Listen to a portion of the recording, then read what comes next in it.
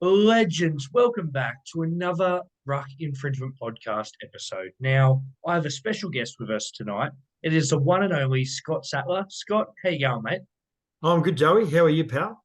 Mate, I am great. It is a privilege to have you on. I live in the Penrith area. You are a Penrith legend, gone down in folklore history. But before we get into that, let's introduce you, who you played for, tell people about yourself. Well, I'm a Gold Coast boy. I was born in Sydney, but my mum was too pregnant to move when Dad moved to Queensland to play rugby league. So I was born in Sydney and lived pretty much my whole life in Queensland. Outside of the years that I went to Penrith and the West Tigers, my last sort of 7 or so years of my career. So proud Queensland boy. Grew up on the Gold Coast. Did all my junior rugby league at Runaway Bay Seagulls. I didn't start playing till I was about 12, and then Okay. got graded at the Gold Coast Seagulls in 1991, and then played 5 years at the Gold Coast, and then I was at the new Queensland team. Like when they expanded, they brought in 4 new teams in 1995, and South Yeah, Queensland wow. Crushers was one of them. So I played there before heading down to the Penrith Panthers, and then finished up with the West Tigers. So. All in all, from 1992 through to 2004. Love it, mate. Absolutely beautiful. Now, you've been in a couple of clubs. Who was the funniest teammate that you played with? Funniest teammate. You always gauge your teammates. One, the guy that can break the monotony Yeah, yeah. when everything's a little bit of tension in the room. That guy was Mark Geyer. Oh, yeah. Yeah, just a lunatic, just mad, but just a really good guy, just a real loyal guy. So whenever everything was a little bit tense, he used to break everything up. The funniest guy, just one-on-one when you're just in conversation, and is Tony Puletua. Okay, yeah, great. And the mad, crazy, funniest teammate is I played with him at the Gold Coast. We got graded together. We played our first grade debuts together as like 19-year-olds as Jamie Goddard. Oh, yes, Yeah, yes. so he's a country boy. He's from Mount Isa, which is far northwestern Queensland, and Yeah. just school of hard knocks, and he's just a funny man. But one-on-one, when you're just having a conversation, Tony Puletua can recite most movie Wow. lines. Yeah. Wow. No, that is talent. We had MG on earlier in the year, and yeah, he is great. He's a great guy too. Shout out to MG there. The next question was, who's the strangest teammate? You touched on a little bit there with Jamie Goodall, but who was the strangest guy you played Strangest or maybe quirky? with? Yeah, Quirkiest Quirky's teammate? good. Ryan Girdle is definitely up there as the quirkiest teammate. He live in different girds. Like he's a great, Yeah, just so pleasurable to be around. But he just thinks completely differently to everyone else. If everyone's drinking full cream milk, he'll be drinking yak's milk just to be different. And a lot more intelligent than the normal rugby league player. Another quirky player was MG was quirky oh yeah, because you didn't know whether he was taking the piss out of you or yeah. whether he was actually being serious. And from all reports, I've heard his son Maverick is exactly the same at Penrith. Um, and another quirky guy was Martin Bella. Okay, yeah. His last year of NRL was at the Gold Coast Chargers in 1997.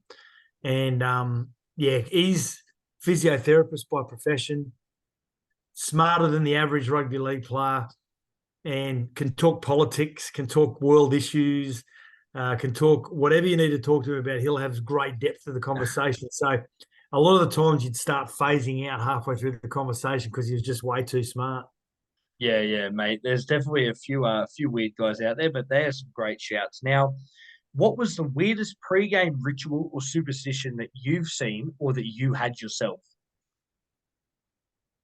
Weirdest superstition would have been I used to play with a guy called Jason Nichol, very good centre at the Gold Coast, went to South Sydney. He used to have a cigarette at half time. Oh wow.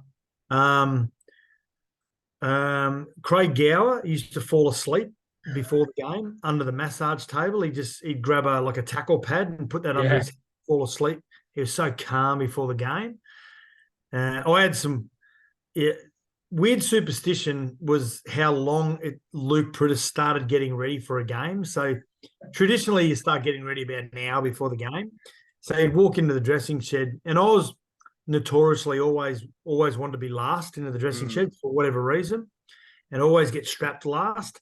But by the time I got in the dressing sheds, about 50 minutes before kickoff, Luke Prittis was ready to play. Like, he was strapped, boots on, socks on, jersey on. He was ready to go. But Gowie falling asleep before the game on a tackle pad, that used to blow my mind. I didn't know how he could do it. So Yeah, wow. I had a lot of superstitions. Probably, the night before I had to have steak and spaghetti bolognese and garlic bread.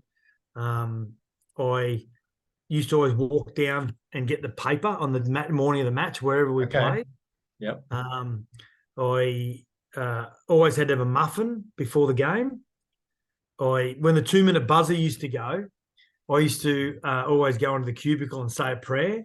And I'm not a religious guy, but I used to go and say a prayer. But one of the most interesting superstitions I used to always see, Joey, is before the game, you got a lot of players now that, probably more so now than back when we were playing, is that you'd have a small group of players would form a circle in another part of the dressing sheds, and they'd start saying a prayer. And it's usually a lot of times the Polynesian players who have got quite a big religious background. But any time you were playing against the Broncos and Gordon Tallis, that circle got bigger because people wanted to just make sure that Gordy didn't hurt you. So, oh, mate. Yeah, the Raging Bull. They didn't call him that for nothing. But no, I absolutely love it, mate. Look, next question. It's a big one. What was the favourite game that you ever played in? Favorite game I played in? Well, it's easy to say, Origin. Yeah. It's easy to say a grand final, but it doesn't matter whether you win or lose. So an Origin match, you're going to enjoy the occasion because you're living out a dream. You cannot not love grand final week. It's just in the grand final itself. But I've got to break it down to 3, Joey. Yep. The first one is 1997 Gold Coast Chargers versus Illawarra, week 1 of the finals. Gold Coast first grade team had never made the finals. No. But we made the finals and we beat Illawarra that night. And I've got to say, it's one of my most enjoyable years, 1997. And that was one of my most enjoyable games. 2000, about round 8 or 9, we played Friday night, Panthers Stadium. We played against a raging hot Broncos side, and we beat them 18-2. And there was a massive crowd at Penrith Stadium. It was a Friday night. It was freezing cold, and we beat them convincingly. That's a really enjoyable game. Yeah. But I've got to say, the one that stands out is the most nerve-wracking game you'll ever play in your life is the grand final qualifier the week before, because there's so much at stake. If you don't make it, you just become part of the rest of the comp. And if you win, you go through the grand final. So we played the Warriors in our grand final qualifier in 2003, and we'd already beaten them 3 times that year. Once in the last trial, which is usually a fully fledged trial.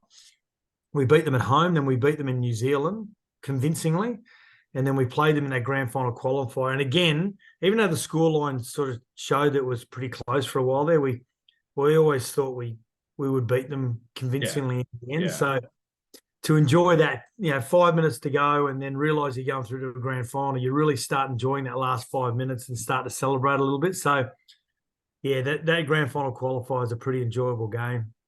Yeah, mate. I've heard that from a few players. It's a great little insight there. Mate, who was your footy idol? Well, footy idol, I had 2. It's pretty easy to say my dad because I idolised him anyway as a dad. I used to look at Dad as a fan more so than as a dad really early on. But what used to really piss my dad off is that my hero growing up in the early stages of my life was Bob McCarthy, his teammate. So I used to run around the house in Dad's old playing jerseys like I was Bob McCarthy, and he used to piss him off no end. But as I got into teenage years, when I was sort of 12, 13 and started playing rugby league, Mal Meninga was my hero. And I used to go and watch South Magpies play most Sundays. My dad, Bob McCarthy, was the coach, and Dad used to take me to a lot of the South Magpies in the Brisbane Rugby League days. Mal was a a star player there. He was only like in his early 20s. Wow. And I used to go and watch those games most Sunday, whether it was at Lang Park or Davies Park. And I loved him so much that when I turned 18, I joined the police force because he was once a police officer. Oh, there you go. Yeah, right. Oh, I love it, mate. Look, He with actually, Joey, sorry, yeah. after a game at Lang Park one day when I first met him, he took some strapping off his knee, and I was 11 at the time. He took strapping off his knee and he threw it at me, and it hit me, and I sort of turned around really embarrassed. And I kept that roll of old strapping tape from his knee. I kept that in my side drawer of my bed from the age of 11 through to about the age of 19. Wow. Yeah. Wow. I love that, mate. That is awesome. It's always great to have something from your idol. Now, mate, this next one, let's reminisce a little bit. It's 2003. It's a Sunday night. Penrith against the Roosters. Grand final, mate. Todd Byrne, he's running down the sideline. Take us through that tackle. What is going through your head at that moment? Try and stop him from getting underneath the goalposts. Yeah, yeah. I've got to say, Joey, like my coach, Johnny Lang, actually, when he first came to the club at the end of 2001, he had a meeting with me and he said, I want you to play like an old style lock. So, yeah, when we got the ball on its fifth tackle, if the ball's on the other side of the field, I just want you to start heading in behind just in case you need it. And so I basically did that every training session and every game until it was my last game for Penrith, where, yeah, my initial thoughts were just stop him from getting under the goalpost. It was a dry track. He would have burnt me and scored, but it was a wet night. It's funny. You look at those nights. It was a wet night. It was dark and gloomy. We were wearing our black jerseys.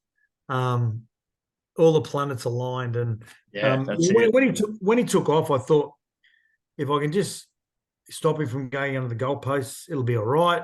And then I got a little bit closer, and I thought, if I get a little bit of contact on him, I'll be able to possibly get him into touch or ankle tap him. And I remember, you can't hear anything. The whole crowd is silent, but I could hear Reece Wesser, our fullback. I could hear, my nickname was Scooter at Penrith, and I just remember him yelling, "Scooter, I got you inside." So I thought, oh, well, if he steps back inside, Reece has got him. Yeah. Sugar's got him. So fortunately enough, he didn't. And what happened. And then when I turned around to look where Reece was 30 metres away. If he stepped in, Reece was no chance of getting. So he lulled me into a false sense of security, Reece. Oh, that's great. Well, I remember it because I'm a devout Roosters man.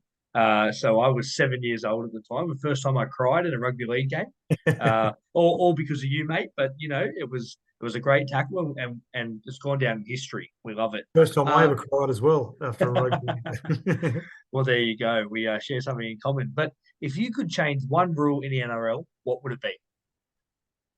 I wouldn't change too many. I think the one they're looking at the moment, Joey, is the right one, the 5-minute sin bin. Yeah, I like that. For professional fouls. I just think it's too long off the field, 10 minutes.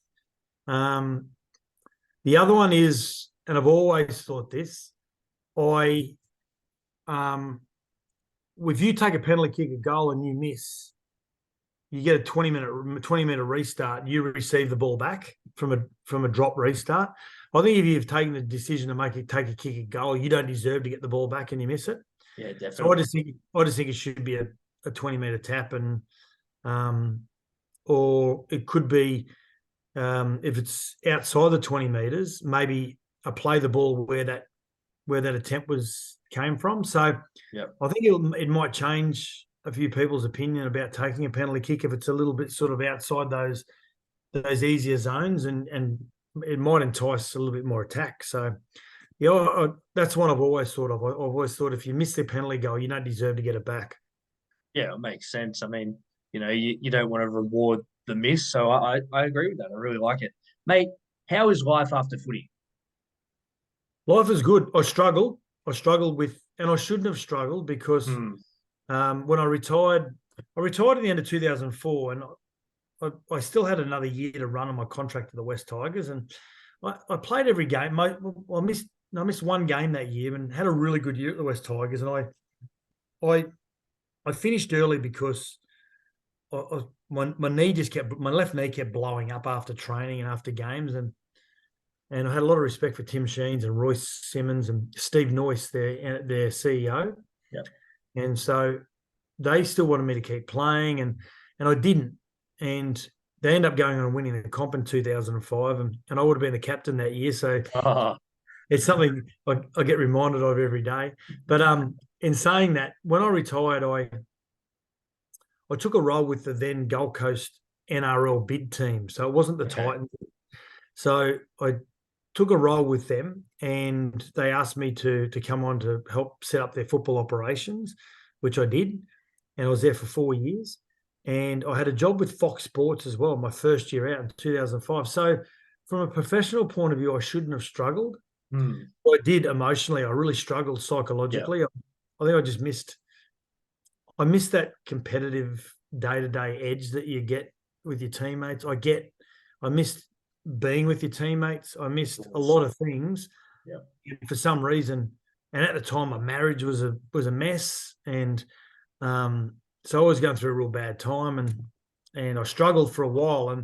And anyway, I ended up sort of, getting to the other side, and was, from then on, I had a lot of years still in the media now, from a radio perspective, but I was doing a lot of TV at the time with Fox and Channel 9. And so things started to pan out okay. And then the last 10 years, I've been heavily involved in the investigation industry. So I'm the general manager of outside of working with SEN doing radio each night with myself and Matty Rogers.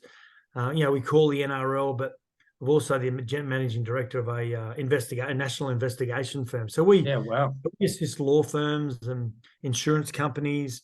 It's always a very busy time. So post rugby league, from a media perspective, has been really good.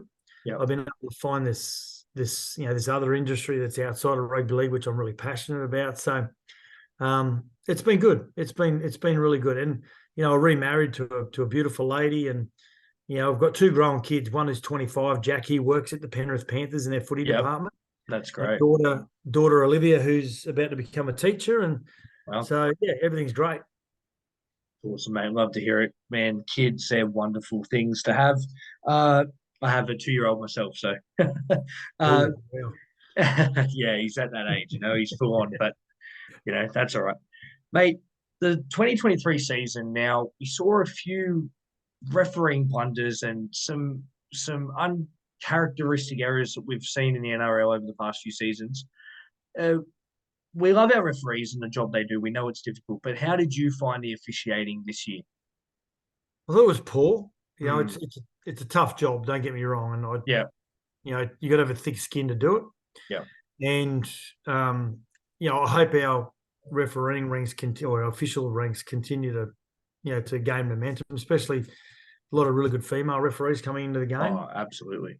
I thought it was poor this year. I think we rely on the bunker too. I love the bunker, don't get me wrong, but I think we rely on it too much. Yeah. I think there was some really big blunders in some really important games. I think the bunker should be able to assess on forward passes only in try-scoring opportunities, especially just the clangers, the 50-50s, let them go. Yeah, of course. I think that's where rugby are really good. One of the only things I think from rugby is those really good free-flowing movements. If there's a 50-50 forward pass, I'll let it go. And I think we've got the right people in the game. We don't need a chip in the ball or anything like that. We just need really good people who can assess whether it's a forward pass or not in a try-scoring opportunity. So I think we rely on the bunker a little bit too much. The referees, I like them to be a little bit more independent. But I thought the appointment of Adam G, you take your opportunities when you get them. And the way that he officiated that grand final was exactly what the NRL needed from an officiating point of view. Because you look back and you go, it wasn't a bad year. That grand final referee was one of the best we've seen in many, many years in the modern game. And I thought it saved the officials a little bit. There's one thing that maybe not a lot of people have recognised during a game, but when I'm calling a game, especially when you're there live, it absolutely does my grill, is that when the ball is on the opposite side of the field, the other side, that touch judge is always 7 or 8 meters infield. Yeah, I know. It's Does my effing head in. yeah. And so if I'm a halfback and I look up over the other side of the field where my winger or centers, and I see if I see the line, the touch judge, I think that's where the sideline is. So Yeah. the NRL have got to change it. I know I've spoken to some halves, some players who said they get a little bit confused on the run when they look up and see who the touch judge is. But I think overall it was. I'll probably give it a 6.5, 7 out of 10, the officiating. But Adam G's performance was 11 out of 10 in the grand final. He just let it all play out in front of him. And that's the way it should be. I mean, we see how Origin is usually refed, and it's that free flowing footy, and it's just how it should be. It makes the game so much better. It's so much more smoother. So completely agree with you there, mate.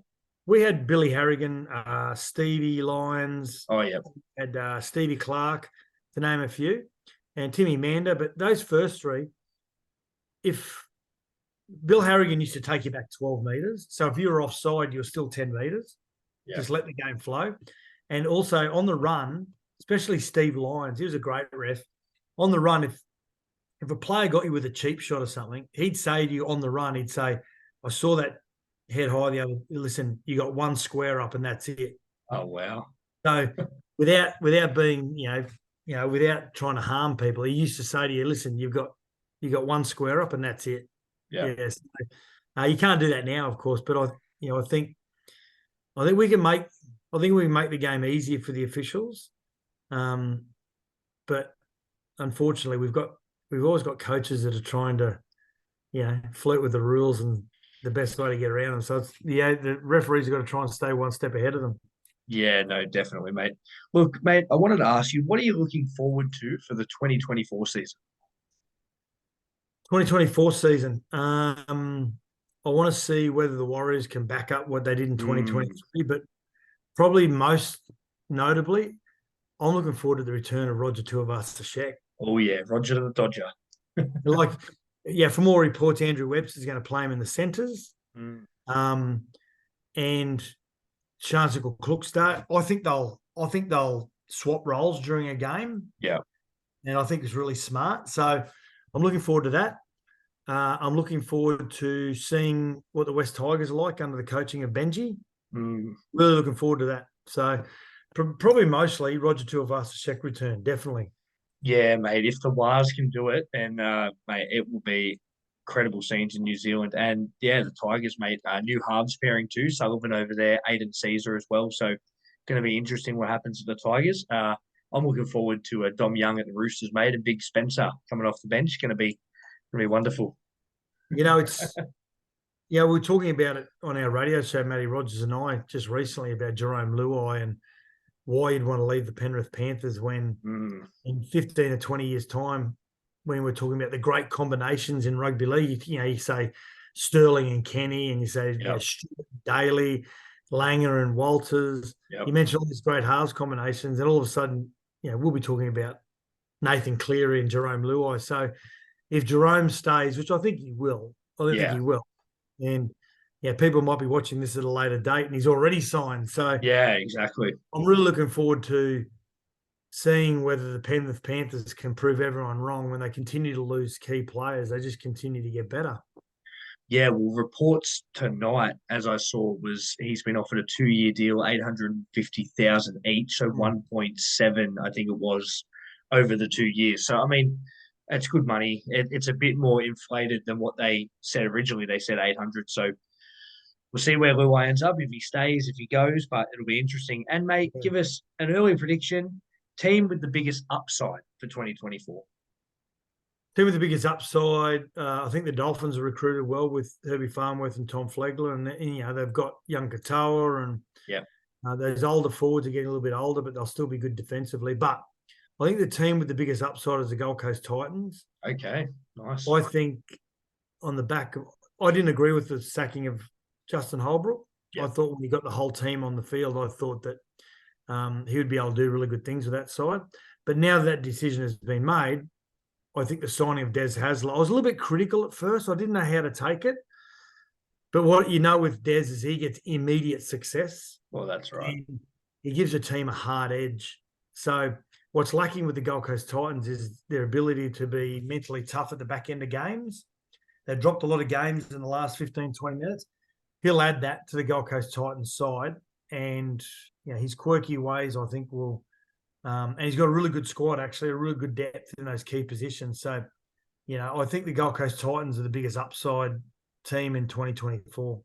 Yeah, I've got the Bulldogs making the 8. I think the added addition of Crichton, Taukeiaho coming back as well, Jamin Salmon there as well. It's going to be interesting where they play Crichton, whether he goes to centre or Taff's at fullback or vice versa. But they might do what you said with like Roger and Chance and swap between fullback and centre there. So, mate, it's going to be such a good season. Let's bring footy back onto the screens. And if you're tuning into this in 2024, go the Roosters. But, mate, we just want to thank you for your time tonight. That's all we got time Did you for. just say go the Roosters?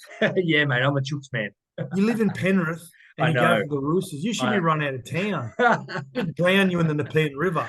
my family are all mad Panther fans, so I live with a whole Panther fan. So it's a scary place to be right now, but someone's got to, mate. I've been supporting them for 20 years and never changed. But we just want to thank you for coming on tonight. And this episode will drop Wednesday time. Recording that'll be tomorrow night, the 25th. So jump on the Ruck Infringement podcast, have a look at that on our social media, Facebook, TikTok, and Instagram, and also Spotify or wherever else you get your podcasts at the Ruck Infringement podcast, of course. Thank you, Scott, so much. Until next time. See you, everyone. Thanks, Joey.